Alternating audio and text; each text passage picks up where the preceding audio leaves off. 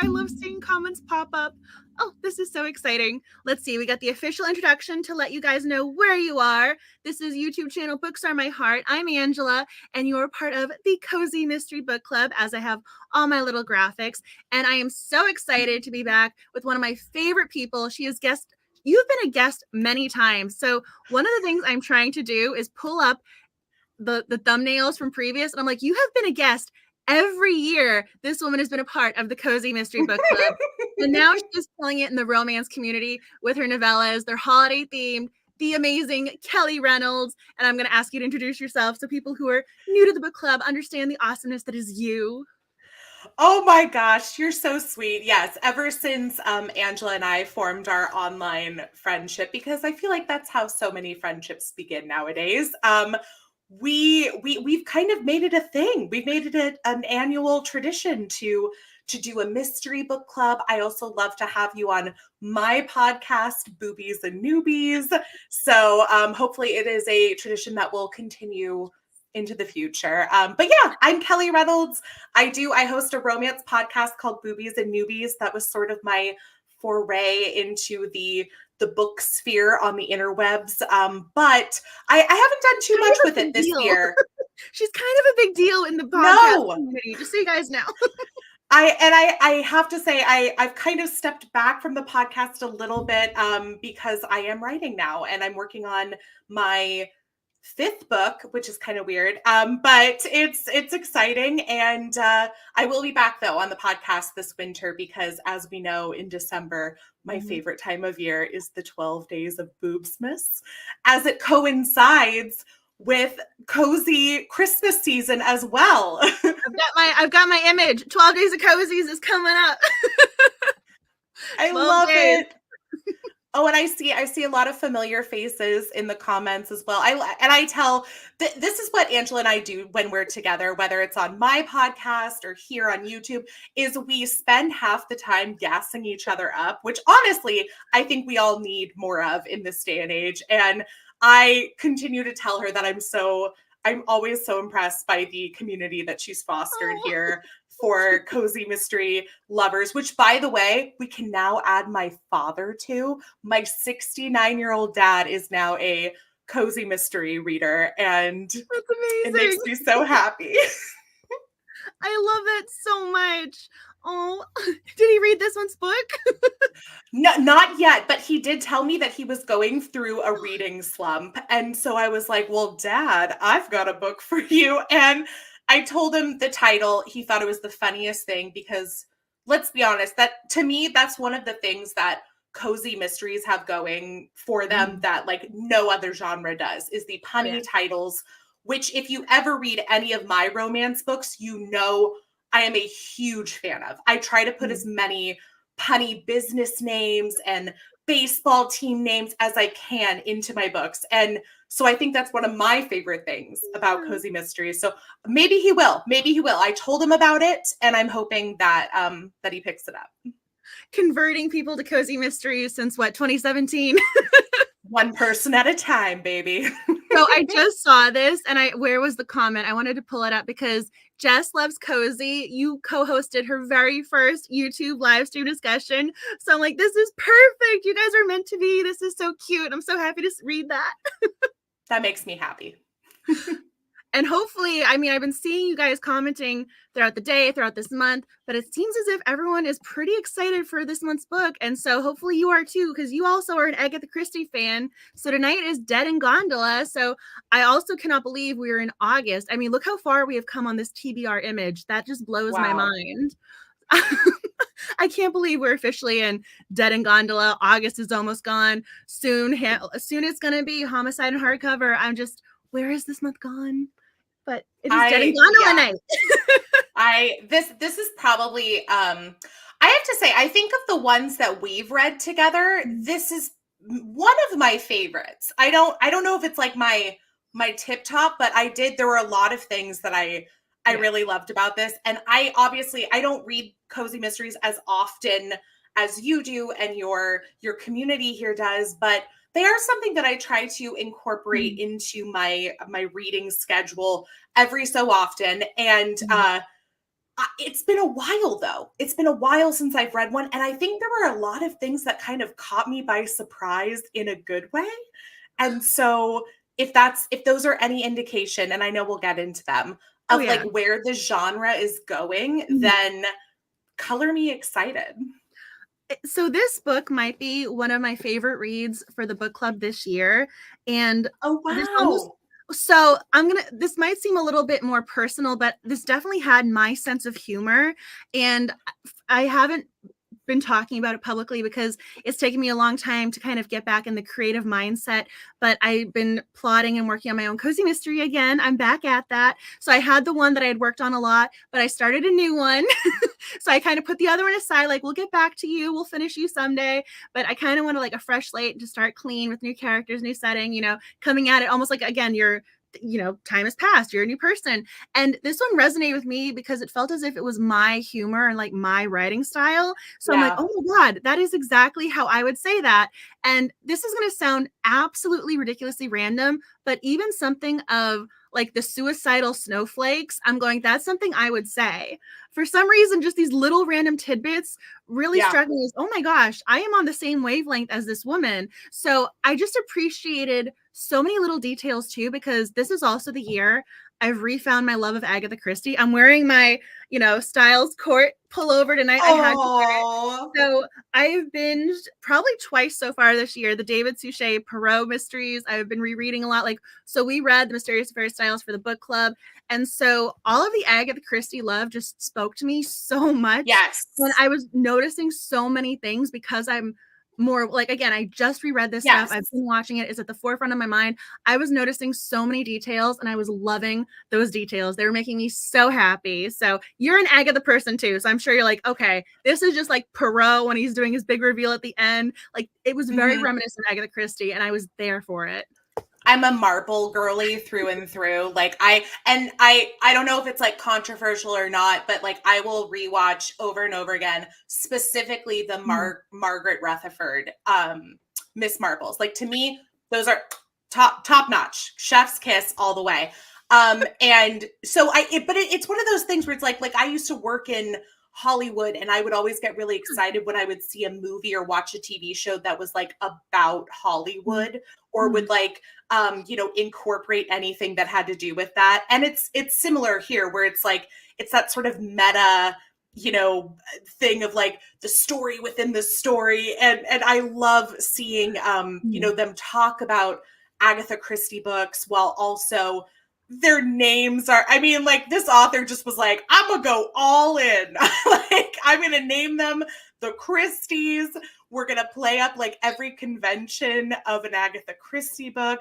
We are going to name drop like nobody's business. And I think it's great if you're a fan, but at the same time, you don't have to be. And then what's great is you can walk out of it with, oh, they mentioned this book that's like actually a book. Maybe I should go read that Agatha Christie novel. So even as a fan, I feel like I was learning things about Agatha Christie and Agatha. Oh no, I just lost Kelly. I don't know if you guys have her on your side, but hopefully she'll pop back up in StreamYard. Okay, I'm not really sure where she went. Okay, hopefully she'll come back in. I'm not really sure what just happened on the tech side, but I'm still here. Hopefully she'll be able to rejoin StreamYard. The link is live. I can just add her back in, and there she is. There we go. Hello again, friend.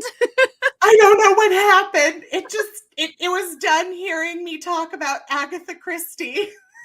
No, technology, I'm sorry. Whatever your tech glitches is never going to be too much Agatha Christie. I refuse to let that be a thing. It's so funny. I see the comments too. Come back, Kelly. I'm trying. I think this was back when I was first living in my apartment in DC. I think the book club had only been going for a year. I myself, as the hostess, I always think, okay, I have to make sure I'm on my game. And I was the one having the tech trouble. We ended up doing an Instagram live because my computer was not working. And so that has not happened since. But I've got the phone ready. I've got my iPad ready. I understand tech issues. So whatever it is, we will make it work. It happens. I've been on that side as well. And it always feels worse when you're the host too. But I've had it happen as well. But We're here. We're ready. Yeah. We're back and we're still loving Agatha Christie. So one of the things I was trying to look up because I wrote down the exact quote, but one of the lines was about how her little gray cells were scrambled, and there was no direct Perot reference, but he's always saying his little gray cells. His That's little a gray direct cells. Perot reference. So if you're an Agatha Christie fan, you totally got it. Otherwise, it's just a fun little line. But I'm with you. Like, these things were interwoven throughout the entire book from page 1 to literally the end. And I was just having the best time trying to be like, oh, I got that reference, or I think that's an Agatha. Wait a second. Yeah, totally is. I got that. I mean, if you love Agatha, it's just going to speak to you. And I saw someone say they were not enough of an Agatha fan to get the references. So I'm sorry, some of them probably went over your head, but hopefully you like the book even without the Agatha references. But I was really, because one of the things we did with the book club with the cozy rereads when we hit 5 years, it was let's reread all the cozy mysteries we've already done for the book club. And the little logo mascot for the rereads was Agatha, the detective cat. So that's one of the things that I had designed. And so I wasn't sure if the book came out first, if we did this first at the book club, but I'm going again, save wavelength, like the same wavelength right there. And I loved it was Agatha C, not Agatha C for Christie, Agatha C for cat. For cat. It was fun. Yeah. I'm with you in that. I really did enjoy, this was my first book by this author, I think. Yeah, me too. And I really did enjoy her writing style. And I think it helps that one of the things, and this is kind of like segueing into like some of the things that I really appreciated that I'm hoping kind of become more of a norm with the genre is I like that we're starting to kind of age down some of the characters, especially like the main characters, because I feel like, as with many Agatha Christie stories, we have sort of like this quintessential, you know, the older, either like widowed or spinster, for lack of a better term, woman, busybody kind of character. I mean, the Jessica Fletchers, the Miss Marples, and look, I love them. I aspire to be them, but it's kind of nice seeing characters who are my Jessica Fletcher reference. Gotta throw her in there. my queen. Like, and for reference, in one of my romance novels, I did write a hero who his favorite show is Murder, She Wrote. So which is why we enjoy your heroes. she has such a special place in my heart. I love Angela Lansbury. But yeah, I'm the same age as I mean, I think we both are because I think we're the same age. But I think she said she was 32 or 33, and then the sister was 38, and she had the daughter, and so she had her when she was in her mid to late 20s. So the timeline sort of works out where they were relatable, because I also feel as if I appreciated the fact that this character chose to return to her hometown, whereas she said she ended her relationship, whereas a lot of the time it's I've been divorced, I was cheated on, I was widowed, just like you were saying. And now I'm stuck. And now I have to go back. Whereas this one, her parents decided to retire, and she made the conscious decision to go back and work at the chalet. And now she's, living above a bookstore with this adorable little kitten. I mean, who wouldn't want to do that? That's the dream come true.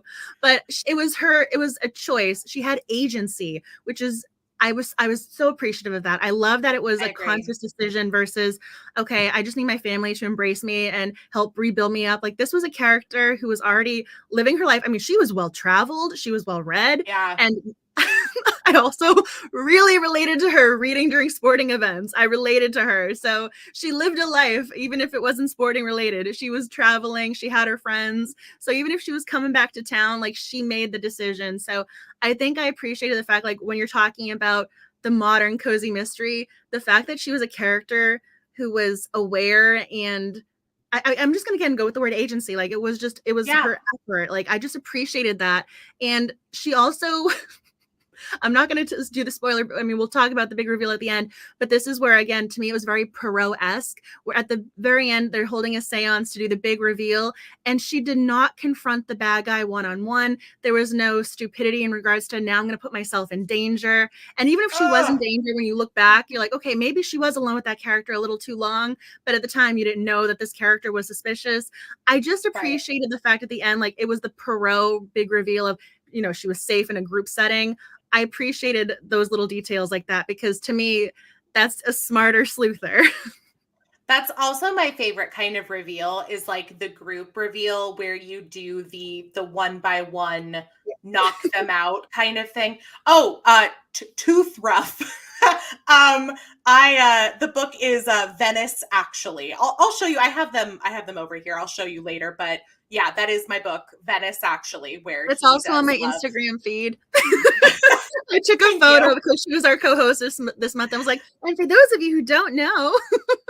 Yes. Yeah. But actually I feel like every time we have a conversation about cozy romance, there's a lot, or cozy romance, I wish, cozy mysteries, there's a lot of crossover with romance, because I think that is also a typical convention of, I won't say like the modern day romance heroine, but this idea, we even have the label that we've applied to them as being too stupid to live. Not my choice, not my label. Oh no, there's actually the abbreviation TSL, and the fact that there's an abbreviation and that many people are aware that they need an abbreviation is indicative of so many things. Yes, although I will say my friend Becky does host a romance podcast called Too Stupid to Live as a kind of riff on it, and I recommend that podcast.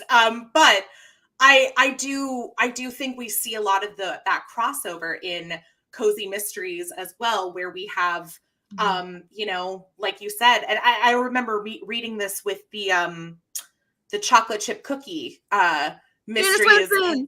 Hannah Swenson has a nasty habit of just walking into rooms by herself with murderers and telling them everything she knows about them. So this was a refreshing take to see not only our main character not confronting them one-on-one, but also I love her family's involvement. I love that they have this shared obsession with mysteries and true crime, which I think a lot of women especially can like identify with today. And I love that it's like almost like a bonding activity for all of them to like solve a murder together. So I wrote it down. I'm gonna see if I can find it. It was the grandmother. So the grandmother had her knitting needles, and so she's like, I'm ready, I'll be your bodyguard, I got my knitting needles. And then the niece, because again, she's the favorite aunt, even though there's only one aunt,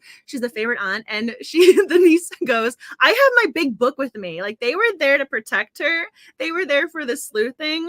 I loved that they wanted to feed her with her favorite lasagna. I loved how the grandmother wanted to be a part of book club, but she's sitting there sleeping with the cat on her lap.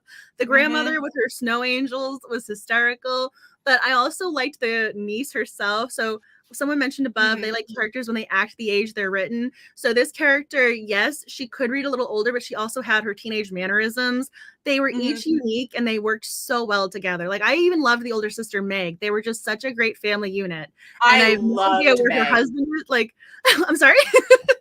I loved Meg. I was like, Meg is me. I am Meg. Like, in fact, there was one line, it's such a like throwaway line, but I was like, this tells me everything I need to know about Meg. And it's when they first, when the murder first happens, and they run into Sid, and he's like, so who was he? Someone important? And Meg's response, like deadpan, is, everyone's important.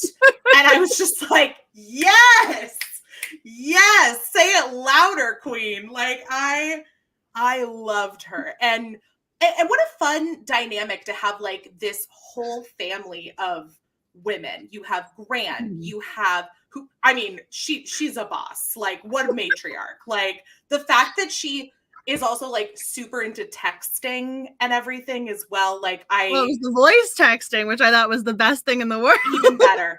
even better, and nailed it, by the way. Like, it made me feel old because, like, I 100% will, like, do a voice text every once in a while, and I forget what she wrote exactly about it, but something about how, oh, that's like prone to like a lot of issues. And I was like, yeah, that's right, it is. I get it. She was, I mean, I loved her character so much. And I'm right there with you. I actually wrote down that Meg line. I was looking for it in my notes because that was something I would literally like. This is, for some reason, I'm with you. Those little details, and you said it's a throwaway, like the throwaway line, but those are the lines that I think make all the difference in the world. To me, that's what will take a book like and move it up a star ranking or something. But yeah, yes, like, so someone else asked the exact question. Rosie's dad. Do we ever know where the dad is? Meg's significant other. I was like thinking, oh God, I missed Someone it. else that, Like, yes. and I just missed it. And like, no, like, they're going to think I'm an idiot because I like don't remember what happened. But I really don't think they say it. But at the same time, here's my thing. Do they need to? Like, I That's what I don't, was gonna say. Yep. I don't know if we really need to hear it. Like, I kind of like, especially if it doesn't play into, like, for instance, in a romance novel, we might want to know more about like their parentage or exes or whatever, like if it informs, you know, like their character arc. But I'm like, hey, she's what seems like a single mom. She's, you know, got her sister, she's got her grand, like, good enough for me. That's exactly what my note was. That's why I was looking down, because I think that was exactly how I took like my takeaway was of, it wasn't necessarily needed. It was just like kind of accepted of like, this is who her character is. We don't need that backstory. Like, maybe we'll get that in book 2, or maybe if there is going to be a book 3 somewhere down the line. But right now for book 1, I didn't really miss it. I was just curious if, you know, one of those, hey, did Daisy distract me at this moment and I missed this line? Oh no, look in the comments. Woo, Mama it is Rock explained. says, yes. Okay. Okay. And Okay, see, and so here's my thought is like, that's the perfect thing where it's like, if you leave it out of book 1, you have the perfect opportunity in a future book to be like, let's tie that into like whatever the mystery is. Or, you know, he shows up dead. Like, I don't I don't know what it is, but I kind of like that. So I'm seeing a number of comments that I'm really liking. I pulled up Meredith's comment. You agree because they didn't address it, and as someone who was a single mom, it was questioned way more than you should have been. And then I just saw it was Nancy Basil. Yes. You were so invested in the 3 generations of women, you didn't need more. And so exactly, I think we're all on the same wavelength right now, loving this like this lack of an explanation. Like, she can This just is it's so true. Like, this is how I approach, and I don't know if you do the same with your writing as well, but this is how I approach writing in my books is like, there are some people who love to read and know every single detail and every single facet of this person. And maybe it's down to like what color eyeshadow they wear and like everything. I try to keep things really vague in my books, like purposefully, because I want people to kind of like project their images of like, what do these people look like? And like, what does their house look like? Like, yes, I mentioned that she has a teapot collection, but like, what does that, you know, like, I want people to take from it what they will. And, you know, you don't have to tell every piece of the character's story because honestly, most of the time we don't know it. We're figuring it out as the author as we go. I mean, I love the details of you explain to me the mug and you're going, I have that exact mug that I bought on Amazon or on Etsy or something. Like, I love little details, but you don't need to know, oh, she bought it when she was down on her luck and like this was the mug that made her smile. Like, you don't need the entire backstory of where she got that mug, because every so often you'll get dredged down in like those details that take you out of the story or take you and away then you from forget what we were even talking about.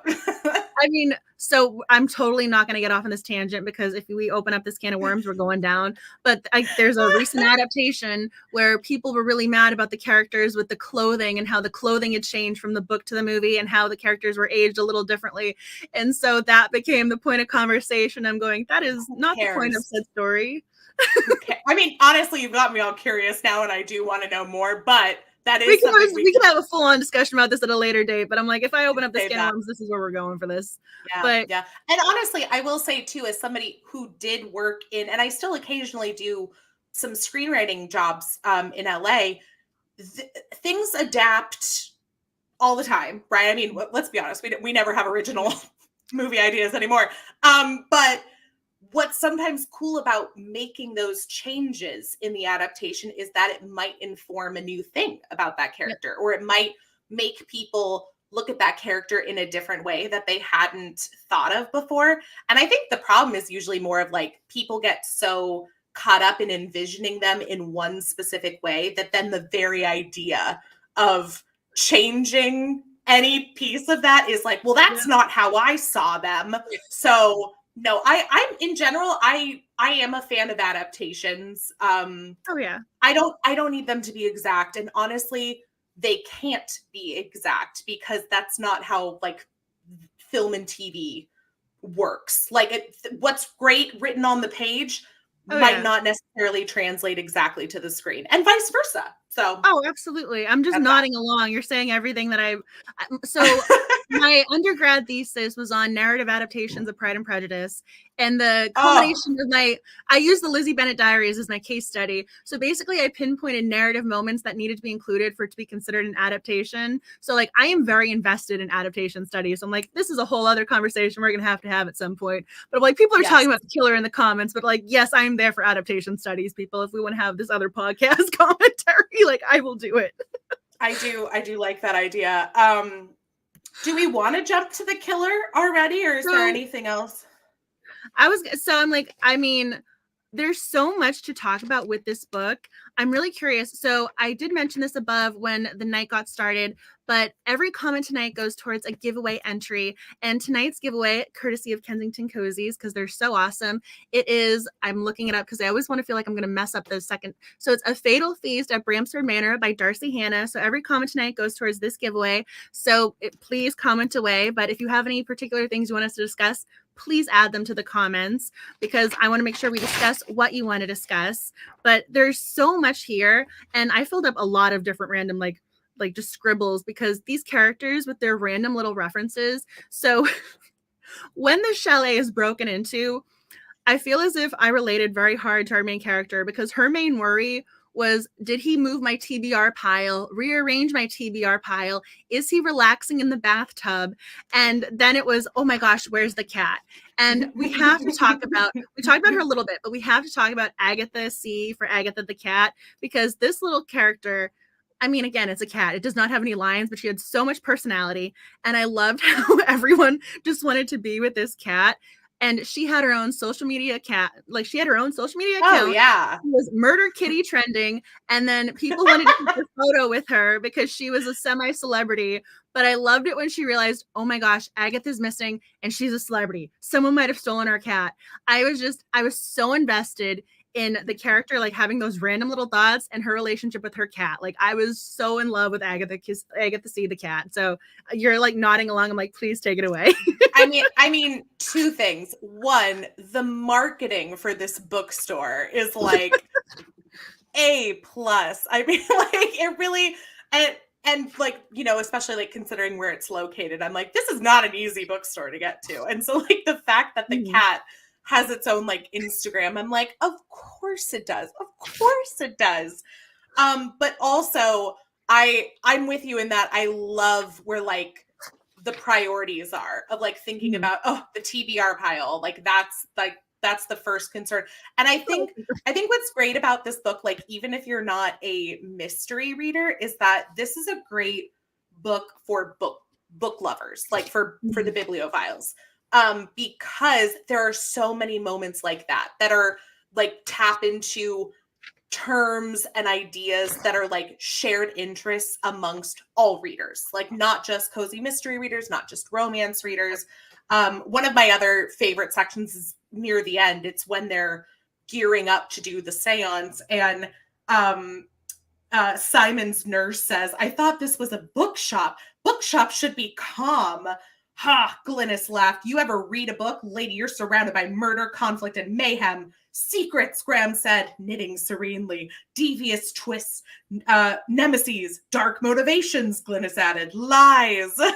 and it really is true. It's like, it's so funny when you get readers together that like individually, many of us, not me, but many of us are very introverted. We like to be at home alone reading. We bring our Kindle to football games. But then you get us all together and we can like either sit around reading together silently, or we will like not shut up about the things that we love about books. And it's one of the pleasures of being within the book community. And I mean, clearly everybody here knows that we're all here for a common purpose. So yeah, I really did love a lot of the things that they tapped into about the book community at large. And it felt very current. Like I looked up when the book was written, and I think it was 2022 was when it came out.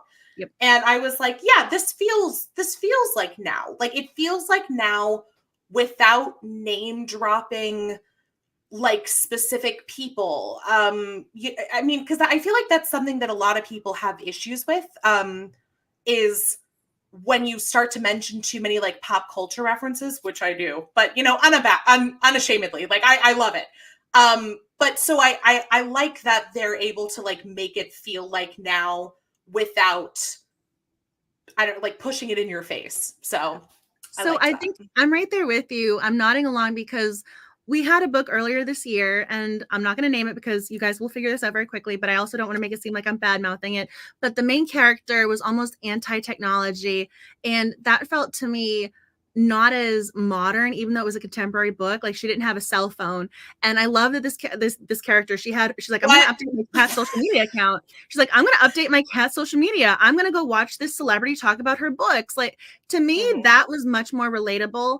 I mean, I love my historical. I love my historicals, whether it's romance, mysteries, or just historical fiction in general. I love history, but to me, if you're setting a book in a modern contemporary world, having a character be anti-technology can be a big hiccup. And so I love that these characters felt very real. And again, I'm with you, and I was trying to hover over it because I didn't want to miss it. So the name of the book clubs, so we have Mountains of Mystery, Shelf Indulgence, and Shelf Control. The titles that they had were so stinking cute. I was picturing, and then she said we're marpling. Oh my gosh, I lost it when I saw marpling. I was so ready for that. I was so happy. That was a first. And I think especially with people like us who read so many books, it's hard to like be surprised or like find like obviously every book is different, but it's got to be like the little things like that really stand out to us. And I was like, oh my God, I've never seen somebody use marple as a verb. Like we're out here marpling. And I immediately texted my friend who is a mystery reader and really a reader of everything, but I told her, I was like, oh my God, you'll never guess what word I learned today. Oh and yeah. That's one that's going in my vocabulary immediately is marbling 100%. So one of the things I've been doing is for every book that we've been reading, I've been drawing and creating stickers based on the content of said book. And immediately when I was getting prepared for tonight, I'm going, oh, this is going to be the sticker, #marpling. That is the sticker I'm designing for y'all. So big reveal tonight. That is going to be the sticker for this book because I have already gone down the Agatha Christie rabbit hole, and next month is Cozy Mystery Day, and it's in honor of Dame Agatha Christie for her birthday, September 15th. And we can talk about that in a little bit, But, I'm already going down the Agatha Christie rabbit hole. And so this felt very book specific, and it was such a fun little random inclusion, and it made me happy. And so I'm so this is making me ecstatic that the same exact thing that made you guys smile is just, this is my everything. Like we are on the same, we are all, this is why we love what we love. It's true. We're all world-class marblers. I love this. You actually put a sticky note in your book, Marpling, Meredith R. I'm like, I highlighted it. I sent it to myself. Yeah. No, that's a good one. That's one to remember for sure. So yeah, no, I'm invested. I have to say, I think I will read the next one. And I already saw a bunch of people in the comments saying, do we know if there's a book 3? I'm hoping for a book 3. So clearly, this one's, resonated with a lot of people. Oh, is that number 2? So this is book 2. This is the one that's currently available. Last Word to the Wise. And I love the color purple. So I color code the Cozy Mystery Book Club content and my own content so I can keep them separate and I will never, mesh them when I have my notes. So all the Cozy Mystery Book Club stuff is going to be in your greens and whites, and it might have some pastel blues. My stuff is purple and pinks. So this one to me embraces both of those. I'm going, oh my gosh, this is the color palette of the 2 different things I work on. So I'm going, I need to read this book. I need to have this in my library. And clearly we're probably gonna have to do a Chatting Cozies podcast episode follow-up about this because clearly I love book 1. So I am ready for book 2. So if you guys know if there's a book 3, I'm going to be ready for book 3 immediately after book 2. So this was Poison Pen Press, I'm pretty sure. So they're pretty good at having a quick turnaround. I'm going, please have your quick turnaround time. Yeah. No. Okay. So I want you to hold up both of the books because I just want to point out something funny here. So put them side by side. So you have blue and purple. This is not me trying to like pimp out my books, but I also did blue and purple. Okay, we got to do the same. We got to do the same hands. Blue and purple. Like I don't know what it is, but I saw them and I was like, oh my God, we have the same color palette. Well, I also love that they're kind of the pastel colors. I love her book covers, by the way. Kelly has beautiful book covers. Her artist does such a great job. And I've told you that before because I asked you, I was like, who is your illustrator? But I mean, the fact that those books are your baby. Like you love your books. You work so hard. And the fact that you deliberately chose those colors and then you just so happened to find a series with the same color palette, you're going, it speaks to me. This is who I am. No, and it's so true because I feel like I don't know. It's so funny. Like if I took you through my bookshelves, you would see like a lot of black and pink and red, but like I feel like there's just not, I don't think there's enough like purple, like or like the lilac and lavender. So I love color. I'm a big fan of bright colors. You would just need one walk around my house to know that that's true. So I think I have one photo for y'all because you guys asked for it. I've been filming and working on it. I have rainbow bookshelves and I'm nodding along because I have so many black mysteries and romances. I have a lot of blues, but you guys can see in the shelves, there's a whole lot of white, a whole lot of pink, not a lot of purple right there. So you are not wrong. Wow. I'm just looking at it like, I appreciate that. You know what? It's so funny. I know this is another tangent we don't need to go down, but I'm always really intrigued to see how people organize their bookshelves. Like for me, I love the aesthetic of the rainbow, but I won't do it. I love to see it. I love to see it. For me, I go the size of the books, but then I also go by genre, and then I put the author together. Like if it's a series, like they all have to be together, right? So this is part of I've been working on this. I've been telling you guys that I'm working on this and it will be done, but it just takes a very long time to edit these things. And also because I have so many bookshelves, it's taking me quite a long time. That's the other hiccup with this project because my bookshelves are organized in very specific ways, but all of them are organized differently. So this is my cozy mystery section. And right behind me, we have all of our previous cozy mystery book club reads and some of the follow-ups in the series. So I'm curious. I mean, I'm sure you guys have your own specific way of organizing your books. We're going to have to get into that at some point, but I'm curious how they organized the chalet because they had their Western section, their romance section. So, I mean, clearly readers, we understand the need to organize, and their celebrity, they went and organized her bookshelves. And this is actually the perfect tie-in. So I was picturing, this is my dream come true, Belle's library, Beauty and the Beast. Yes, we all love the Beast. He's awesome, but I would have stayed with him just for that library. And I was picturing that library for Morgan when she had the sliding ladders and the built-in seat cushions to look over. Like readers, we want these things. We want our books organized. We want those ladders. We want to be Belle swinging through the shelves. See, it all comes back right around. It's true. Like, and sadly, as a woman who dates men, apologies to everyone who's in the same boat. I just am always trying to convince men, like, we're not looking for these grand, I don't need your money. I don't need this. I want books. I want shelves. I want books. I want a cozy couch. Like, this is really all snacks. And I want someone to feed me snacks. Like, I'm not looking for a lot here. Like, come on. So you just reminded me of another character we haven't talked about. So the chief, her entire goal is not to learn how to snowboard or ski. She just wants to see a moose. Like, yes, I just want to see a moose. Like, that's all I want to do. Like, we have little goals and little baby things we're looking for, like seeing a moose. Like, just show up on time for the day. Like, our expectations are very realistic. Like, I just want to see a moose in the wild. So I have to say, this was like my other moment that made me go, huh, cozy mysteries. Good for you. Because I'm going to be honest, I can't think of one other cozy mystery that I've read where the officer in charge, because there usually is, whether it's a sheriff, whether it's, whatever form of enforcement that they have. I've never read a woman. I've never read a female officer as like the chief, the inspector, the lead detective, because so often we see the love interest that generally pops up as the sheriff, as the officer, whoever it might be, and part of me was like, oh my god, maybe she's the love interest. Wouldn't that be great? Because I was like, if this is also a queer cozy mystery, I'm gonna lose it. I'm gonna be so excited.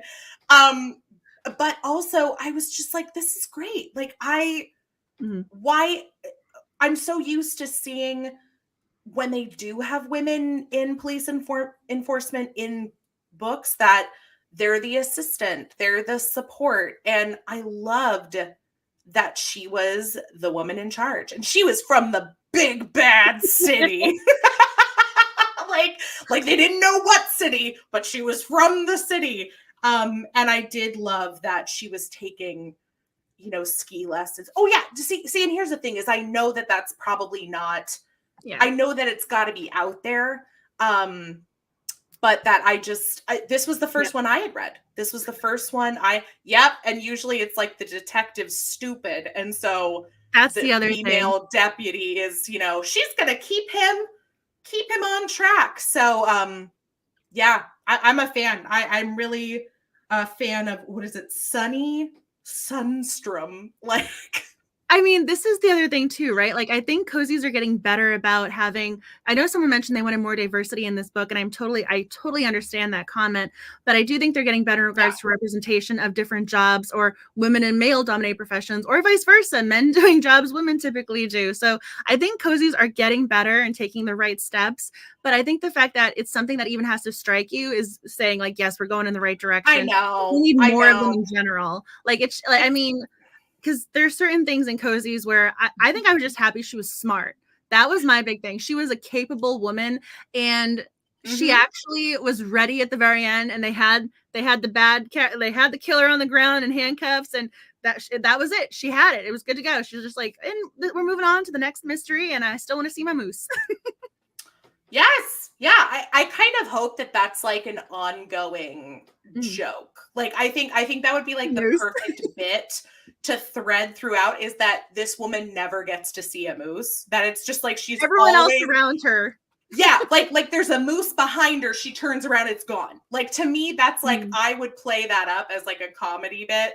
But Victoria, I'm also with you. I would prefer the love interest to not be the male sheriff. We see that a lot too. I agree with you. I would love for the sleuther to be the love interest with the female, chief of police. That would be the best love. That would be the police detective love story I would be there for. I would be rooting for that love story from beginning to end. And I mean, even if there's a love triangle, I would still be okay with it, because that would still be my dream come true right there. Maybe someday, the next book that I'm working on, I'll have to do that, because it's such a great idea. Ooh, but you guys are talking about another character, and I missed it, but I want to say it was Glynis, and I hope I'm pronouncing that name correctly. The character who was shoveling the snow, and she was kind of a minor character, but she was so well written and I loved her, and somebody else above said they loved her too. So I'm curious about your side characters, because we had Lena who answered the phone, we had Piper the gossip columnist or whatever she was. There were so many of them. But we also we had Emmett with his little pony we talked about before, but we have to talk about the fact she has a little puffer jacket at the end of the book, and they're designing her own special cape and having it especially measured to fit her so that it is tailored to this little pony. So we also have a second cozy companion. Wanted to throw that out there. Look, I enjoyed, I think there were a lot of supporting characters. I'm also guilty of that as well. But I'm okay with as many characters as you want to put in a book, so long as they each have like their thing that we can like differentiate all of them. And I think we did that in this one. And I'm sorry, the pony is fine. Like, I feel like there was a lot more pony content than I personally needed. For me, it's all about Emmett. It is all about Emmett. He's a cowboy poet. Cowboy. Yeah, like I'm just like, the minute I read the phrase, what was it? Yeah, he's one of Last Word's top 100 cowboy poets. I was like, that's it.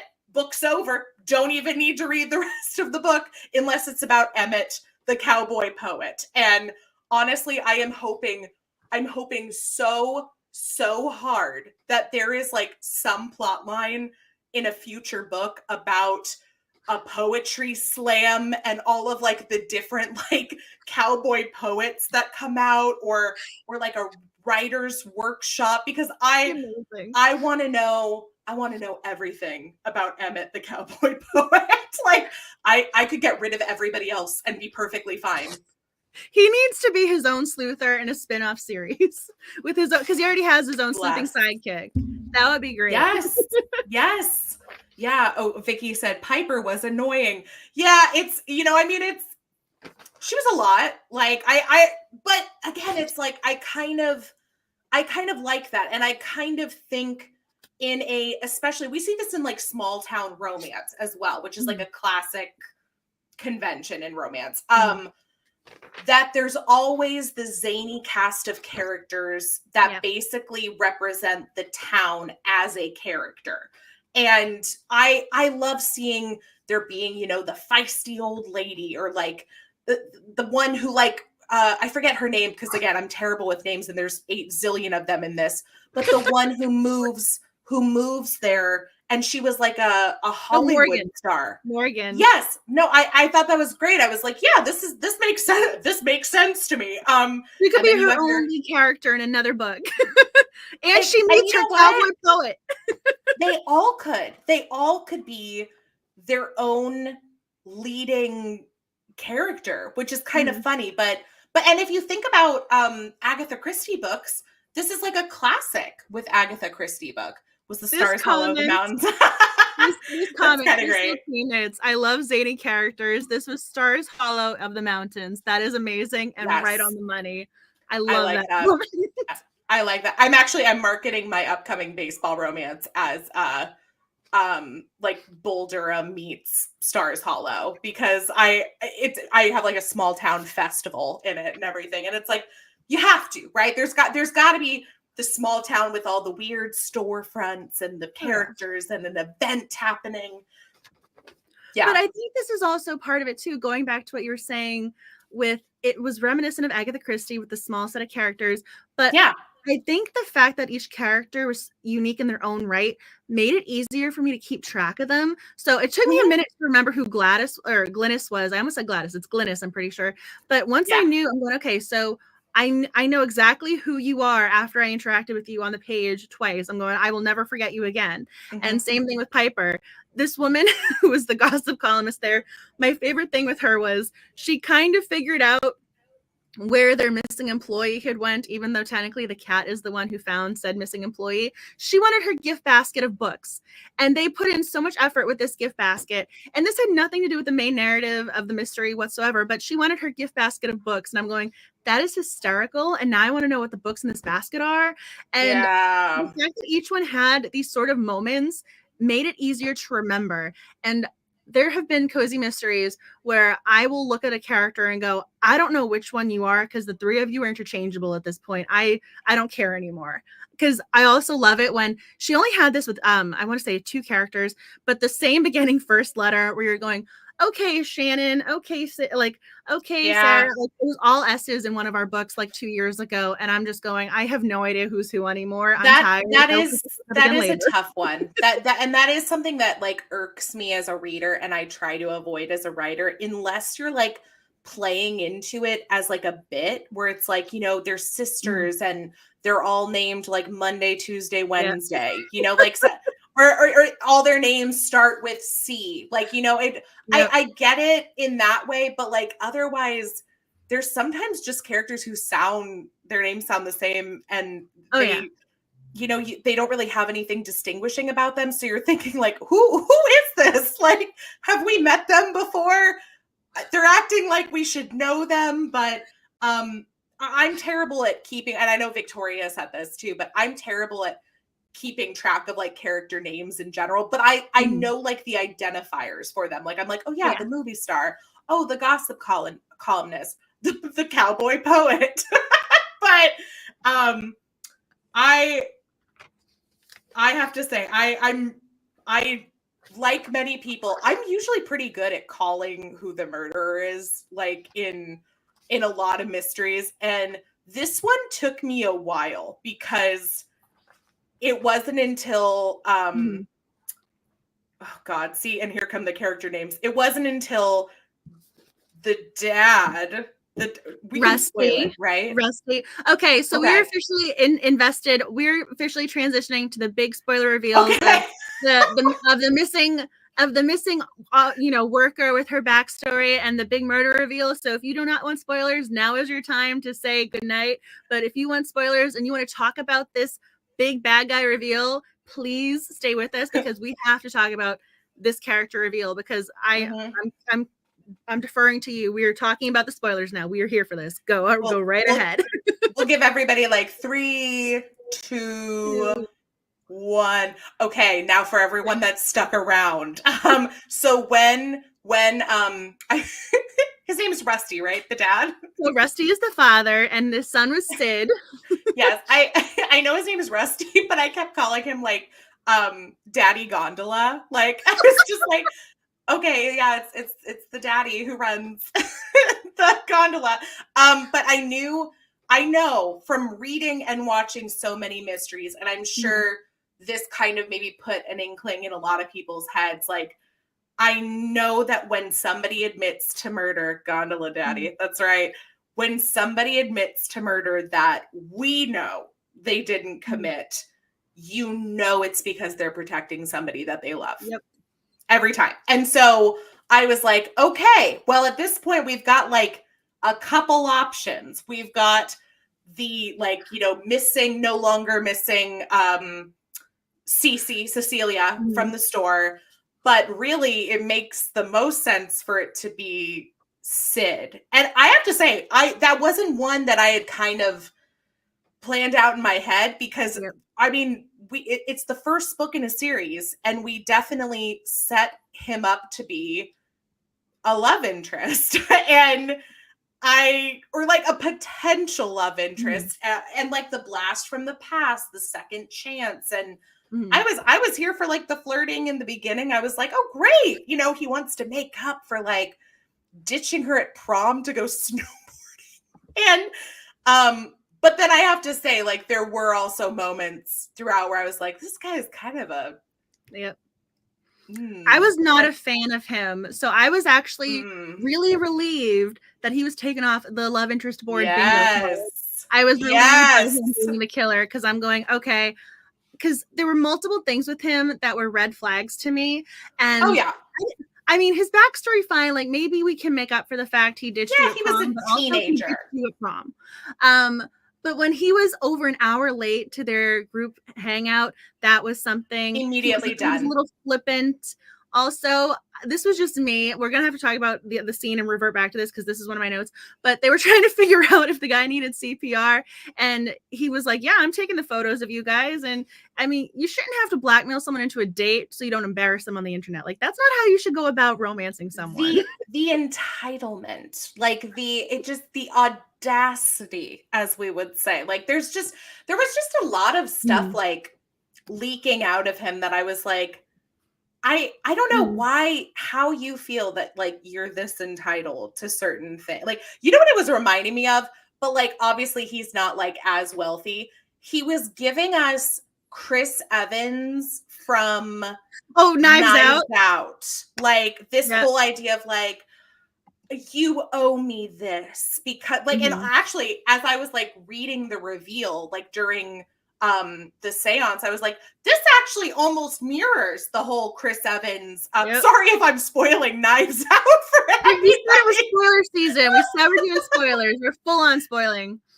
Yeah, but it definitely kind of mirrored a lot of that story from Knives Out in terms of like, you know, the kill, and then the blackmail, and so I was like, oh wow, he does have a lot of and again, another perfect example of like somebody who like is kind of pretending to be the nice guy, and isn't. Like, so yeah, no, I was with you. I was like hoping that he wasn't gonna be the love interest, but I was just like reading it thinking, oh, I guess maybe this is just the love interest we get. Like, I don't know.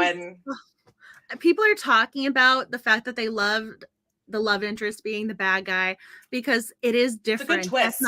You don't encounter that a lot with cozy mysteries. Usually you get introduced to the love interest and that is their person for the rest of the series, or until another love triangle emerges, then they're back to being in the, you know, stupor, and then all of a sudden they're back to that person again later on in the series. Wink, wink, nudge, nudge.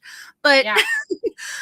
I had to go and think of this because I always ask on Instagram if there's something people want to talk about. And this was one of the things that someone put, and I actually put above their comment, spoiler alert, but what do you guys think of the love interest? So I covered the comment, but other people wanted to talk about this and I had to go back and make some notes. So the only other thing I could think of was Agatha Raisin, because there are two instances where one in which she sleeps with the person who is later revealed to be the killer, which is a big, oh my gosh moment. That blew my mind because that was the very first time I encountered that.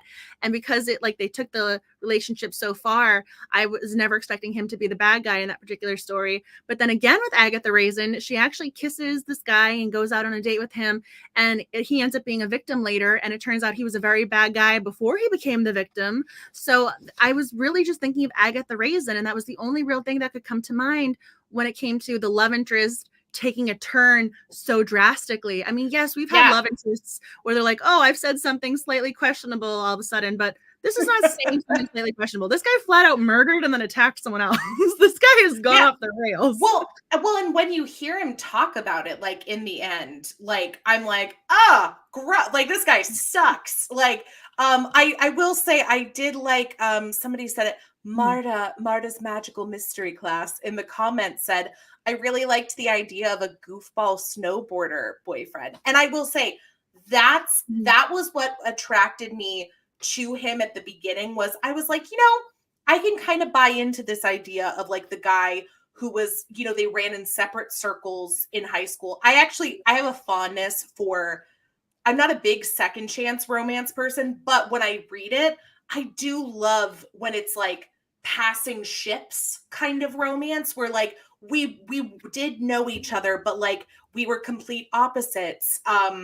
You know, they ran in different circles, and then him showing up as like this aloof snowboarder guy, I was like, this is different. Like I kind of like this as a hero. He's not a billionaire. He's not, you know, he's not the sheriff. Thank God.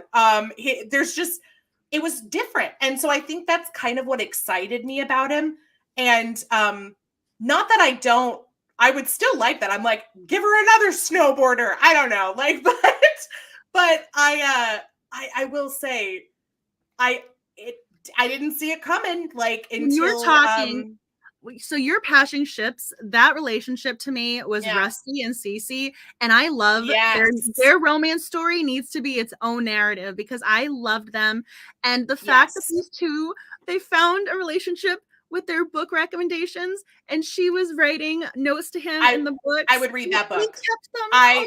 Like that's a romance right there. I would read that book. Like their That book. was your passing. That was your passing ships love story So for good. this book. I was so invested as Yep. soon as he said that they used to send books back to each other, and he's like, we were friends. And even the son at the very end with the seance, he thought the father was taking the rap for her and not for him. And I'm going, he really does love her.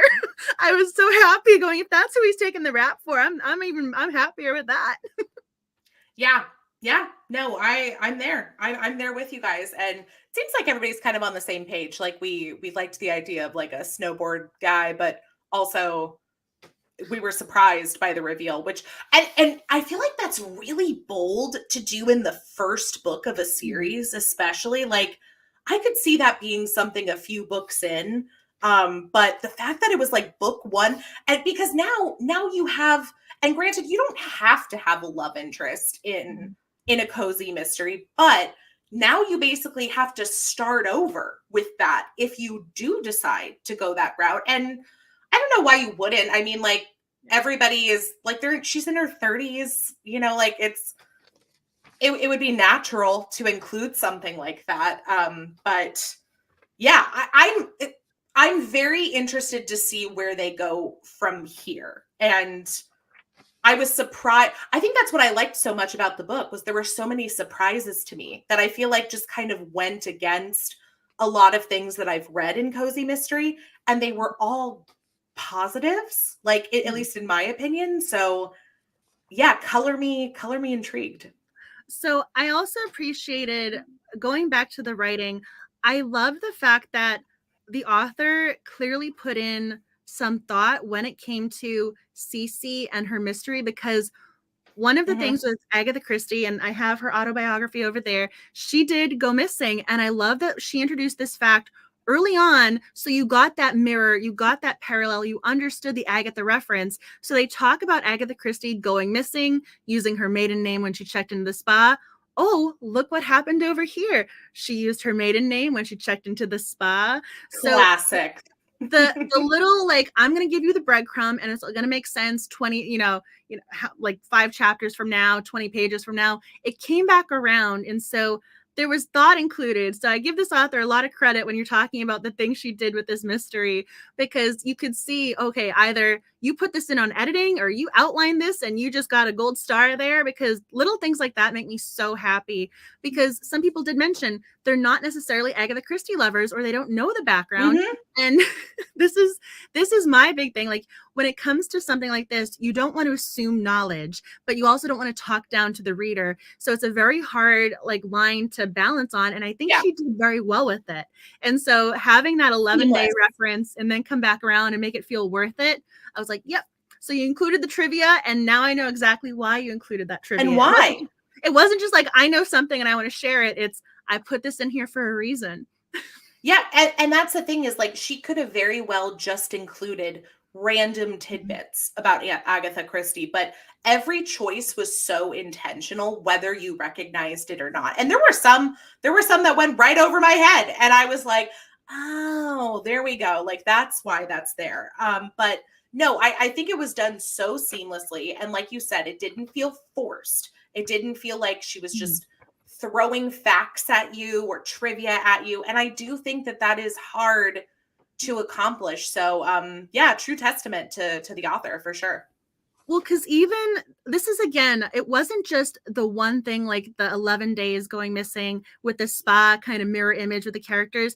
The book she chose and having the Mary Westercott pseudonym included, and then the book being about being remorseful. So it's absent in the spring, and the book is about remorse, looking back on things you did incorrectly, what you wish you did, like had done differently, how you would like to make up for it. So the book itself that was left behind was such an intentional choice. She must have really had to read her Agatha Christie, whether it was the Mary Westercott or reading the Perot. I mean, this woman must have really had to go through her Christie and go through that backlist of titles, because she chose that deliberately. So all around, I think the intentionality coming to the page just really shined through for me. That was new to me, by the way. I knew nothing about Agatha Christie's pseudonym and that she wrote, let's see, she penned 6 novels under the name. Yeah. Sometimes they're called romances, but they're more like They're not psychological romances. studies. They are not. Yeah. Well, not at least how we would know. No, romance, they're not. That's the thing. It's women's fiction. I will tell you guys that it's women fiction, and it does have a psychological component. And I will tell you guys, fun fact. So this year's 12 Days of Cozies has to do with classic mysteries, and of course, with classic mysteries comes an Agatha Christie reference. So I do have a word search based on her Mary Westcott name and those book titles. So I actually have something coming to you guys that's specifically designed for her pseudonym. So that is a little big reveal for you guys because you are here and you are here for spoilers. We did the spoiler announcement. So for 12 Days of Cozies, in honor of her pen name, there is something coming your way. So I just love that. I love that she had this other side to her. And so when I do those extras at the end of the email newsletter, that is one of the extras. You have your Perot, word search. You have your Miss Marple word search. Then you have She's so cool. Angela's the best. Like, and honestly, hopefully, if she says yes, assuming she says yes, you'll hear her on another episode of the 12 Days of Boobs. For you don't even have to ask. You get the automatic yes. If she whatever she needs, she gets. This woman, I adore her. I have all of the episodes that I joined her with over on my personal website. So each of them are linked, and I have photos of the books because I love chatting with her, and I never want to forget those episodes either. So they're like right there, bookmark, ready to go. We have so much enjoy fun. Our conversations. Oh yeah, no, we have so much fun. We cover so many things. I don't know if people can tell, but we have very similar personalities. Like we've gone on. I think one of the episodes we recorded for the 12 Days of Boobs Miss was like over 2.5 hours. That was one to edit down. That's for sure. But it's because we have so much fun. Yeah. We have so much There's fun. always so much to talk about, and it's very easy with this woman because she's very eloquent and she's also just full of knowledge. You just want to keep talking with her and find out more what she thinks about certain things. It's very easy. It's because I'm chronically online. Like, let's be honest. Like, it's because I read and watch and get caught up in too many things when I should be writing. Somehow I ended up watching a TV show, Body of Proof. Like I ended up watching these things on Hulu, and I'm like, and so I actually was watching this with my father, and he goes, I was predicting the big reveals, and he goes, have you seen this show? And I go, no. And he goes, are you sure you haven't seen this show? Because I'm well read. I've watched so many. Yeah. No, and see, and I come from a mystery, especially watching, but also reading family. So like when I'm home with my parents during the holidays, we watch Midsummer Murders, Brokenwood Mysteries. That's like one of my favorites. Oh, and I have to say, you've probably seen it because I feel like you've seen all of these things. But I've seen everything. My one that I freaking love now is CB Strike. Have you seen that one? Well, I feel like I know that name. It's probably on my watch list. It's not so much a mystery, I guess, as it is like a crime procedural. Like he's a private detective and she's his it's on my watch. I know what you're talking about. It's on my watch list. I have so many things on the watch list. Like I've seen so many things multiple times. Like I could quote psych episodes, but there's still some things I need to go see, like Body of Proof. I freaking love psych. I'm a psycho through and through. I'm looking at everybody on the comments too. Brokenwood, yes. CB Strike is good, yes. Like that, it's there's so many great TV shows out there. I mean, so good. This is the type of book too where I'm like, this could be on Hallmark. I mean, I love my Hallmark adaptations of books. They've been doing their own. I mean, now it's Hallmark Cozy. Yeah. So I mean, yeah. One of the things I'm trying to remember. I think it's day 10 or day 11. It's the silver screen. That's one of my prompts for 12 Days of Cozies this year. Again, going classic. And I've had images designed for each of the days, and one of them is psych inspired. So if you guys are psych fans, there's a new psych sticker going on the Etsy store and for 12 Days of Cozies. So I've got you guys covered. When you guys start getting excited about psych, I got you. I was just going to say, Claudia asked if CB Strike is on BritBox. As far as I know, Claudia, it's on HBO Max. Maybe you can get it somewhere else, but I'm pretty sure that's that's where you find it. Look at all these psychos in the comments as well. We love it. I mean, Psych is one of my comfort watches. I will never get tired of that TV show. I can start it at any point in time. I still laugh at the same things. I mean, Woody, whatever he's saying, it's just, I don't know why. I love him. I got Carlton Lasseter. He's like, I'd rather do this. I'd rather do like they're just great. All the one-liners. Yeah. Carlton, I have to say, Carlton's like arc, like especially his like friendship arc with Sean is like one of my favorite. It's up there with like Monk and the police chief on that one. Like the way the way their friendships evolve are just so good. And then sometimes, oh God, this is so nerdy. Sometimes I will go online just to watch that that scene from the last episode of Psych where Carlton is watching the DVD and he breaks it. I will literally watch it on TikTok and burst out crying. It's just, there's just certain moments that like resonate with you. Oh yeah. Oh, I knew exactly where you were going with that. When Sean is about to say, I'm not really a psychic, and he doesn't want to hear it, and he breaks the DVD, that makes me tear up. There's certain things, no matter when you join the episode, when you start watching, it will make you cry every single time. And that's one of those moments. And I also laugh every time Val Kilmer turns around in that final episode because he was referenced so many times throughout the TV show. It's so good. There's a reason that they have such an incredible like following I mean, because there was so much. I mean, talk about a show that like leaned into the pop cultures that like half the people didn't know. Like, I mean, most of them were 80s references, so technically they were like a little belated pop culture references. Yeah, it's so good. I saw somebody mention Perry Mason too. That made me happy. I grew up watching. Numbers. I saw the number reference. Yep. I've seen that show multiple times. Numbers. It made me want to learn my my mathematics and revisit my calculus as Daisy does things over there.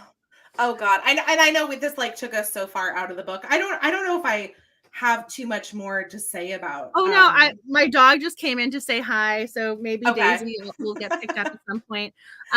Daisy's my little teacup Maltese for those of you who don't know, but I do have a little note in front of me that I wanted to just point out. Glynis and her one-liners, she said she was not murdered and chopped up to pieces yet. Like this book just has so many great quotes in it.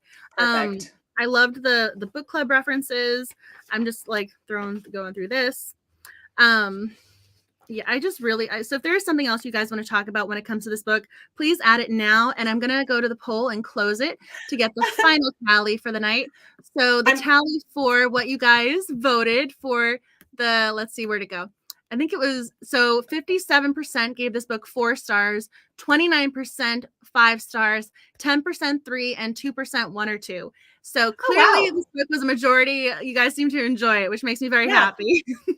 Yeah, I rounded up to 4. I think I was like a 3.5 to 4 star kind of gal. Victoria, I freaking love you too, because she said that Psych is the Golden Girls of PI shows. Oh, that's great reference. I don't know if truer words were ever spoken. But yeah, no, I think that's a good assessment. And by the way, all the shade to people who think 3 stars is like a negative review. Like I think 3 stars and up is like fantastic. So, I mean, put it this way. I would read the next one. Like I will 100% read the next one. I don't know if I'll read it like right away. Especially because I'm on a book deadline myself, but, here's my question is like, I'm assuming like they can't always take place in the winter. Like I kind of am like curious to see, I don't know, like what does this town look like when it's not snowing? Like I kind of want to know like that, but I don't know, maybe that's silly. It's not like a main thing to think about, but I always am like curious about stuff like that. So we'll see. Oh no, I mean, one of the things my last note that because I'm pretty sure we went through all my other things. Each of the chapters had an opening sort of disclaimer of what to expect. So even the first chapter was a perfect day for murder, the lace curtains. I think to me, each of the chapters, when they had that little opening, each one of those felt like it could have been the title for the book. I love the opening, like those little chapter headings. So I know that was something that we didn't talk about. I just wanted to throw that out there, the chapter headings. And then one of the images I made as I go back over here. So I also appreciated, here is it. They had the random list of important questions. And for some reason, the fact that they did a font change really caught my attention. So it made it jump out on the page. And I also liked that we got to see her be a real sleuther, because we had a book previously for the club where this is a murder mystery. I mean, this is a murder mystery genre. We want a mystery. And when the mystery is not the main focus of the narrative, it can bother me as the reader, especially because that's one of the things I really, really want as the reader. I want mystery. And I appreciated the fact she was actively sleuthing. And to me, taking the time to make this list was indicative of that. And also, I always love it when they do things like this. I love my murder mystery boards. And the fact that she was making one, that was just oh yeah, no, they were going through all the things, like what would I mean WWPD, like what would Poirot do? Like there's just like they were like, well, this is what this person would do. Oh, this is what you find in a classic Christie. We should do that too. So no, I'm fully invested in this family. I'd love to see like a little bit more. I'd love to see the niece maybe involved a little bit more. In like the next one. I love that Gran has like this connection to like, you know, all the gossip in town, which I expect that. That's kind of like what I expect from like, you know, the older woman in town. Like I feel like they definitely get all the hot goss, as the kids say. But yeah, no, I'm invested. I really did love everyone. Like there wasn't anybody that I was like, oh, get rid of this person. So I really hope nobody gets killed off that we've met, because I like them. So I want them to stick around. So my only other note that I have here, and it's literally on like the back of my notepad, because I ran out of pages because I had that many notes. So at the very end, we have the birthday cake. So it's going to be a chocolate cake with marshmallow frosting and graham cracker sprinkles. And I need the recipe for this. I need to know if this is a real thing. I also want to have this in future books with them making all these inspired cakes. So now this is the part that I love about this book in particular. So this book had our bookstore reference. We had the cozy companion reference. And at the very end, we got the baking. We got the baking. So we're checking off all of the boxes. Hitting all the list. Yeah, no, I get it. And that's, I mean, it's true. Like I don't know if I've read a cozy mystery where there wasn't like a recipe or like, or something mentioned food wise. So I'm a big fan of recipes in books. I would like to see more of them. I want the recipe for the donut muffins. Yes. Yep. Which, by the way, I actually had, I mean, not those exact ones, but like I was in Seattle last weekend and I did have donut muffins. So they're good. They're very good. I know. I was going to say, I'm with Crystal too. I've never heard of them before this. This was a new thing for me. They're not that different from like if you bake a regular muffin. Like I would say that they're probably a little bit thicker. That's really it. Like I don't know. We have a place local. I'm in Portland, Oregon. We have a local place that does make them, and they do. They put Nutella on some of them, and those are the ones that I really. I can eat like. Nutella by the spoonful, so that immediately. Same. Yeah. Well, great. Come to Portland. We will go have donut muffins. The other one that's good is like croissant muffins, which they call cruffins. Put it this way. I love food, like full stop, but I will also try like any hybrid of food. Like I'm a big believer in you travel somewhere and like, this is the thing that's the specialty here, or we're the only place that makes this. I'm ordering it. I'm trying it. Meredith says, I used to live in Beaverton. I remember Voodoo Donuts. Yes, although I will say, I don't think they're the best one. I'm just putting it out there. Like Portland is a coffee, beer, and donut city. Like that's all you can have here and like be done. Like you don't need to see anything else. You don't need to do anything else. You can just go from donut spot to donut spot and have a great time. So I'm looking down. I do have a few little housekeeping notes. So while I go through this little list, if there's something you guys want to mention about the book, something we didn't touch on, a question you guys have, question for Kelly, please do it, because I don't want to forget to mention that right now you guys can vote for the 2025 TBR. So the votes are live right now. I believe we're at almost 200 votes. It's a Google form. So it worked really well last year, and it seems to be working very well this year. There was only one little tech difficulty at the very end, and I was able to fix it right away. So you guys can comment with future recommendations, or if there's, again, a book like tonight, you're like, we want to talk about book 2 for a podcast episode or down there, you can add that in the comment section. So the voting for 2025 is live, and hopefully Kelly will be a guest in for 2025 too for one of our books. Oh yeah. yet to be decided month, but the voting is live. I included the link for the email newsletter family first. The email newsletter family gets everything first. They're always in the know first.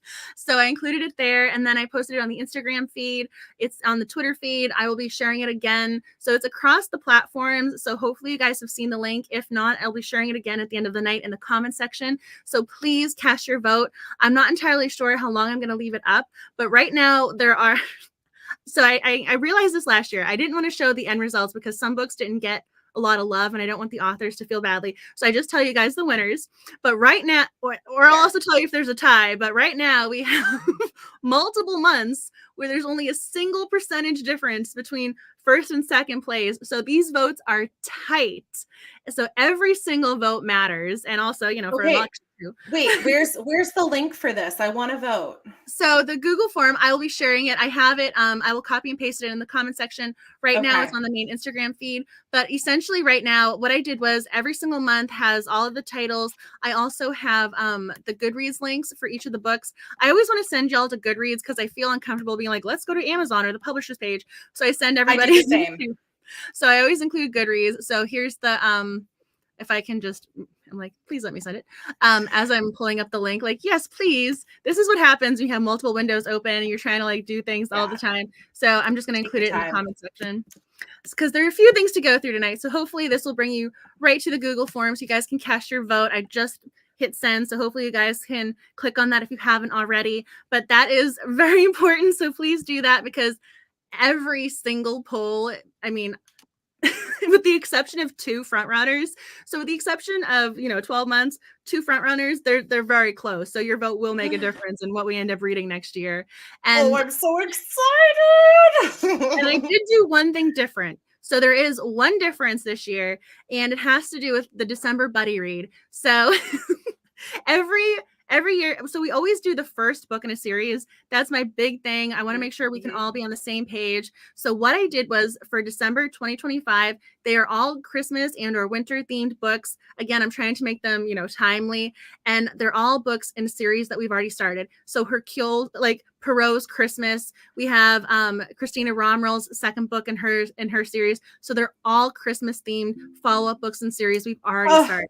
So like we have Vicki Delaney, her entire series is the Christmas themed, town of Rudolph. Yes. Actually, no, that one. So the year-round Christmas series, we have the next book in that one. So that is the only difference. All of them are still first books in a series. I will say I don't know how to spoilers, this is the spoiler section of the evening. So I am very, very happy with, I made 1 month in particular for diverse cozy mysteries, but last year I also included them in multiple categories, but they just didn't win. So we only had 1 diverse read this year, but right now we have 2 other months. So it's looking like we're going to have 3 months of diverse cozies. And I was so happy to see the results right there. So I'm not telling you guys which months, but clearly like the results are coming in and I'm loving what I'm seeing. So you guys clearly are voting and making your voices heard in the best of ways. So I'm really excited to see what you guys end up choosing. I'll probably leave it open until at least another couple of weeks. We'll see how this goes.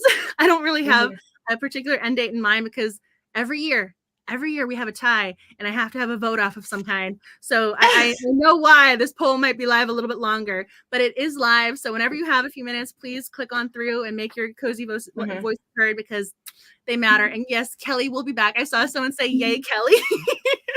I will always come back so long as Angela will have me. Like I love being here. I love having an excuse to read something that's not my usual thing. Like, I have to say, I'm also looking at this document, and I'm already like, I got really excited when I saw the first one just had vinyl in the title. I'm like, that was enough for me. Didn't even have to click on it to read it. Although A Glimmer of Death sounds like something I might like as well. I was very particular. I worked so hard on getting every title there was submitted by book club members. I vetted them to make sure they're available as the ebook, audiobook. You can get them as paperbacks for libraries. I went through all of those titles, so all of the check marks should be done.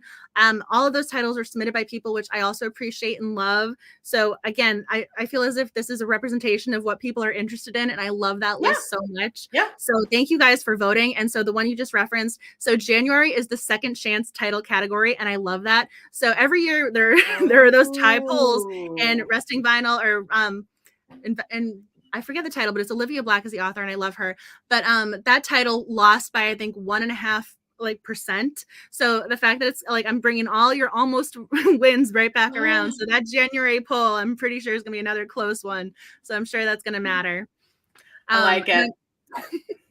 So someone, I know someone mentioned, or we talked about before, 12 Days of Cozies. So I'm floating the idea out there right now, so you guys can start thinking about guest blog posts. So a few sleuthers have already volunteered, but if you are interested in writing a recipe, if you have a cozy mystery that's Christmas themed that you want to write a book review about, if there's just some sort of cozy topic that you're interested in and want to write something about, please let me know. You can send me an email. So this is me, writerahart@gmail.com. So if there's a topic you're interested in or you want to volunteer, essentially what I'm going to end up doing is having the blog posts due probably the second week in November. So plenty of time to think about it and write something. So there is no rush, but basically I just want to get you guys kind of get this in your little brains, let it percolate for a little bit and see what happens. But I am working on 12 Days of Cozy. So if someone would like to participate and write a guest blog post, please just let me know. And I do. You are welcome to write a guest blog post. I do. I've got an idea. I've got it. It's ready. I'm going to email you. Go for it. I'm like, those are the top ones. And then I always want to make sure I mention, so I cannot believe I'm doing this. Dead in Gondola. Watch what's about to happen. This is the part where it always blows my mind. Check mark. Woo! What is this? How are we making this much progress? Another one. Next month, September, I cannot believe the kids are going back to school. Pumpkin Spice is at Starbucks again. And next month is Homicide and Hardcover by Kate Carlisle. I don't know where the time is going, but we have a future. We have another book. So if you know it's so crazy how that happens. But I mean, Angela and I talk about this all the time, like just for like our holiday specials, because she does 12 Days of Cozies. I do the 12 Days of Boobsmas, the best melding of books ever. But we start planning those things like months ahead of time. Her more than me, because like the amount of things that she gives you guys is just insane. I've been working on this for a while now because I want to make sure every day there's an email newsletter, and every email newsletter has extras that I'm not sharing anywhere else. So I've been, again, this is why I say Mary Westercott has her own word, word search, because I had to create it and look these things up. So all of those extras have been in the works. I've been emailing some authors to get them ready for author chats. So there's also going to be, I broke this down because I know things are changing with social media. So there are going to be Twitter reading sprints every evening from, from 5 to 8. Because again, now it's Twitter X, what do we want to call it? But then also now what I'm doing is from 9 to midnight. It's Twitter. I don't ever want to hear the word X leave. I was like, whatever you guys want to call it. I just sort of go with it at this point.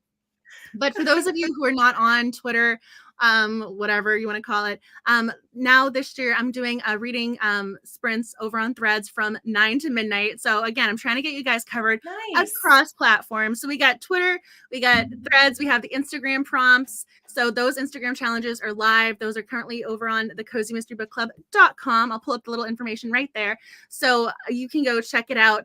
I'm so proud of those prompts. They're all classic mystery themed. So you have the movie Clue in there. We have Jessica Fletcher. We have Perot, Sherlock. So I worked very, very hard on these prompts, and I'm pretty sure you guys are going to love them and enjoy them. There's a lot of, fun to be had with them. So if you want to start taking photos, thinking about your photos, you can do whatever you like, but those Instagram prompts are there. So across platforms, I have got you covered. I've been working on these. There are also the QR codes because there is a Nancy Drew prompt as well. So there's the Nancy image I designed.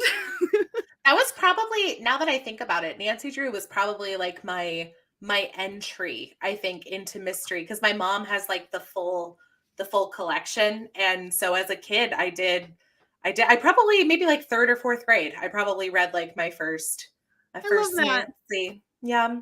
Well, So good. I have been designing stickers for all of the days, and one of the stickers is actually this exact Nancy Drew design. So this is now officially a sticker, and to thank her for tonight, I'll be sending her this as one of the little thank yous. But so one of the things that I made a note of, and to revert back to again, Agatha Christie, the Queen of Crime, Cozy Mystery Day is September 15th. Again, how are we almost in September? I do not know, but we are going to be celebrating Agatha Christie's birthday right here. You can join the Cozy Conversation live with myself, Liz Ireland, and Mia. And I don't want to mispronounce her name, Mia Manansala. We're going to be here live, 7 p.m. EST, September 15th.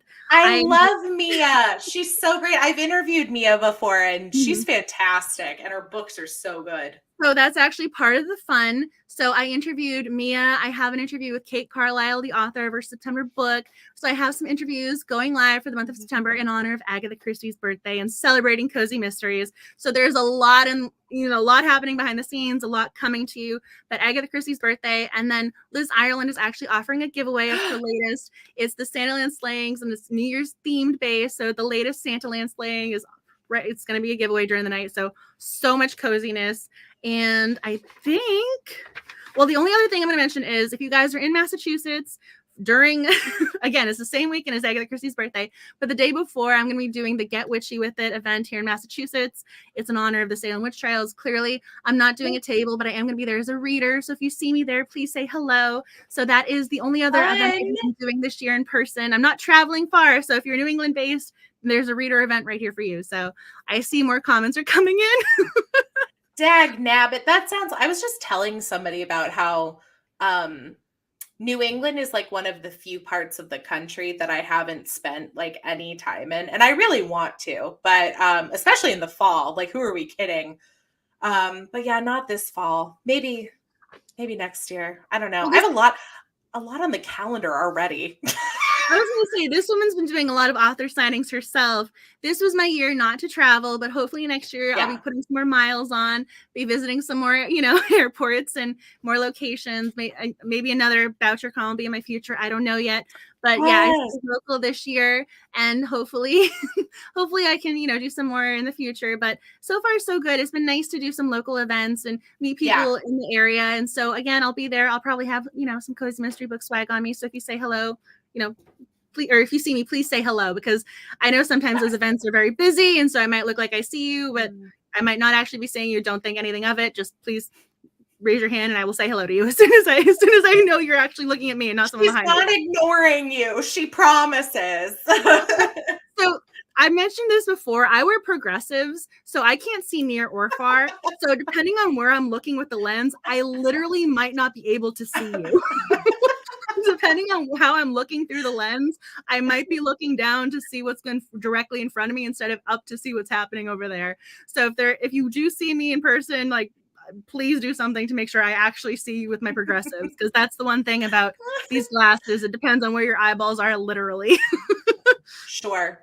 Thank you. I see lots of things. Thanks, Mama Rocks. Thanks, Vicky. Tell people where they can find you. I have your image here, your QR code. But if you guys want to make sure you add Kelly to your social media family, if you want to add her book to the TBR, please I'm going to hand this over to her. Where can people find you and join your romance reading Boobies and Newbies family? She's so fancy with her slides. Yes, I work so hard. No, I really know. We know, and if people don't know, like, I'm telling you, she does. No, you can find me. Like I said, these days I'm not doing too much with the podcast, but that will change come December. So the podcast is Boobies and Newbies. I'm at Boobies Podcast across most platforms, Instagram.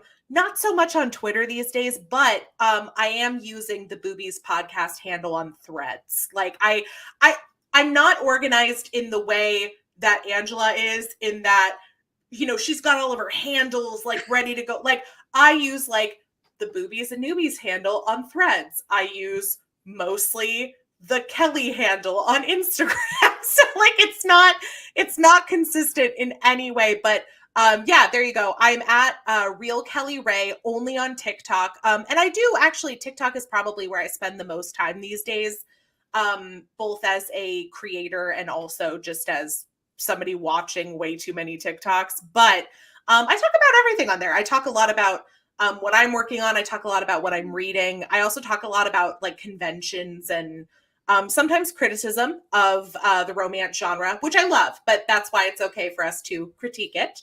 And I'm at author Kelly Ray, R-E-Y, just like you see down here, on Instagram, Threads, Twitter. I don't go on Twitter anymore. I used to love Twitter, but not so much these days. So definitely Instagram is like the main place to find me. And I will say, not to like push too hard, but I do have a book out next month, and I did have to like cancel my pre-order and then like launch it again. So I would love it if people pre-ordered the book, but it also will be available in Kindle Unlimited, and it's the second in my baseball romance series that's set here in the Portland area. So if you like baseball, you really don't have to like baseball in fact, I've had readers tell me like, I don't like baseball, Kelly, but I like your book.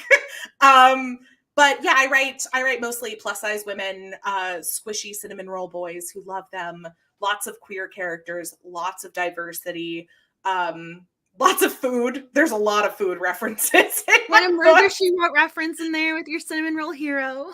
Murder, She Wrote. Yeah. So, and then my next holiday book is out in November. So I've got 2 more things coming out this fall, which is a little alarming for me personally.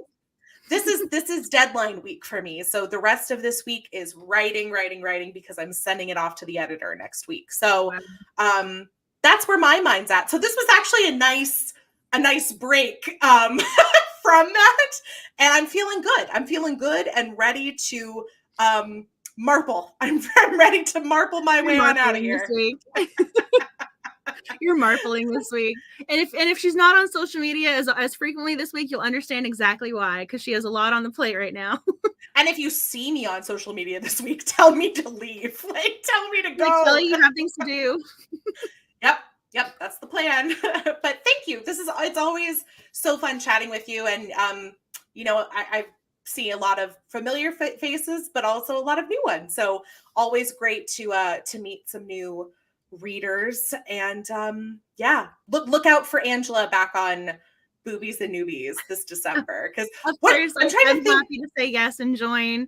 I mean, Thank you guys for joining tonight and being a part of this. I'm sorry if I wasn't able to feature or answer your comment tonight, but when I do the giveaway and the comments being converted for giveaway entries, I will read your comments. And every month I say this, I always end up finding comments that I didn't see live that make me so happy and bring such a smile to my face. So I know your comments are in there and I appreciate them so much. And I look forward to reading all of them.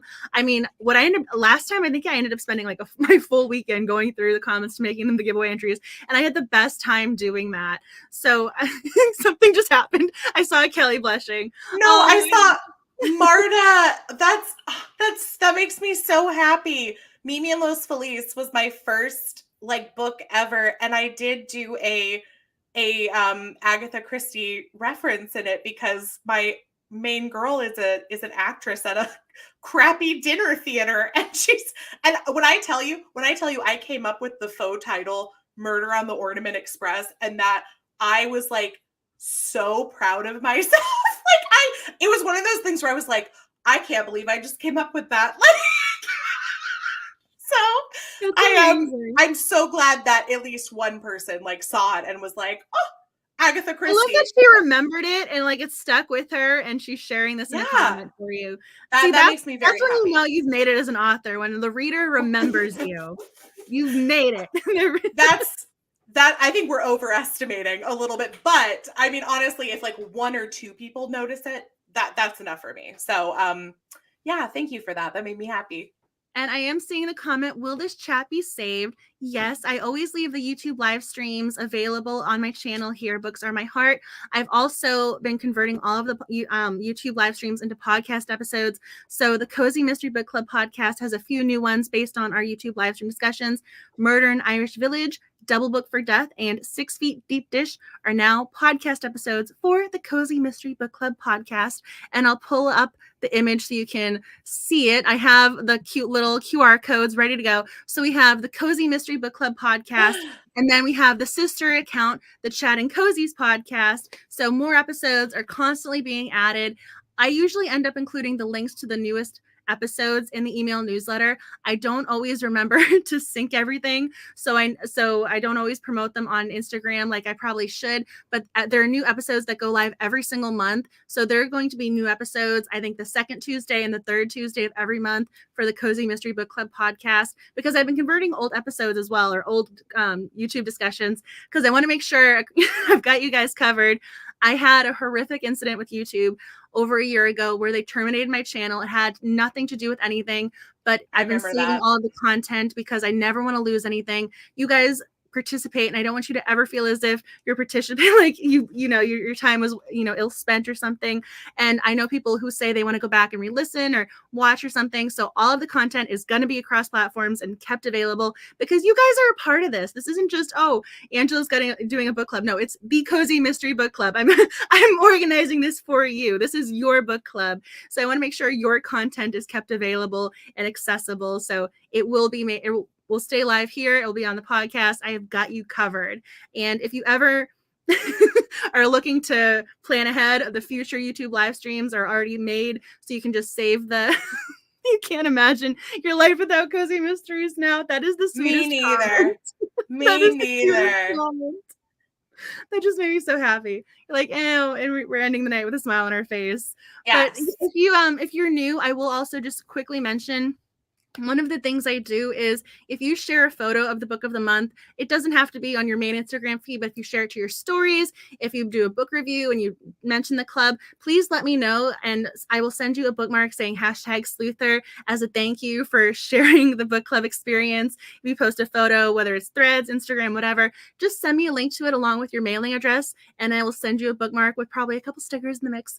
But one of the things I do is if you're international, so if you're not in the US or Canada, I have a very special page over my website that you get a password to with all sorts of extra content. So even if I can't mail you something physically, you're getting extras.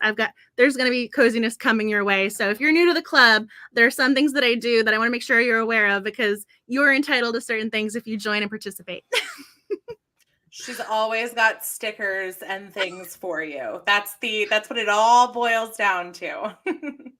I try. I work very hard for y'all. I mean, again, I very rarely do the full face of makeup, the hair, but I get ready for the day. I go through my notes. I reread. I listen. I put in as much effort. I bring my A game for you guys. Yep, we were talking about how we both put on makeup, like specifically for this. Like, so that's how you know it's real. Oh, thank you. Yes, we have the crown braid today. So doing a little something gorgeous. different. I wanted to do something different. I feel as if I typically wear the hair in the same style. I was like, you know what? This way they know I'm doing different things for the. I literally thought about this because I'm going, they always see the same angle. What if I move it a little bit? So I want to, again, bring my A game for you guys. So I'm glad you like the look. I'm glad you like the Agatha Christie pullover. It's all for you. It's all for you. Yay! Thank you. I mean, a huge thank you to Kelly for joining tonight. I will include all of her links in the caption, so if you didn't add them already, they will be there for future. She's so great. Clearly, she's a very talented, eloquent, interesting woman. So if you're not listening to her podcast, if you're not reading her books, please add them to the TBR. And next month, I'm just going to pull it up very quickly, so you guys remember, it's Homicide in hardcover by Kate Carlisle. So we have I cannot believe, we have 3 more live streams for 2024 in the December buddy read, because For December, we do not do the YouTube live stream, but we have the book so that we can talk about it during 12 Days of Cozies across platforms for your reading sprints, for your Instagram photos, for whatever. But we are almost there with our YouTube live stream. So next month, it's Homicide and Hardcover. So hopefully you can add it to your future book haul, TBR, library visit, however it is you get your cozy mysteries. Hopefully you can add that to the mix and be ready for next month because more coziness is happening. That's so wild. I'm both very excited because fall and winter are like my favorite time of year, but also like, oh my God, there's still so much to do like for the rest of the year. Yep. So I am working on your 12 Days of Cozies content. If you are interested in a blog post, please let me know. I will write your name so I can send you some additional information. I will make sure that hopefully I can get a spot for you as well, because right now I'm pretty sure there are 5 names. So if you want to take up the other remaining days, let me know and I will make it happen. But thank you for joining. And I'm pretty sure I went through all my notes tonight. I'm pretty sure we're all good. If something comes up, please feel free to reach out via email, direct message. I will respond back as quickly as I can. But thank you guys for joining. Please stay safe, healthy, happy, and happy reading, writing, and sleuthing. And hopefully you can enjoy more coziness next month with Homicide and Hardcover. Bye, everyone. Thank you. Bye.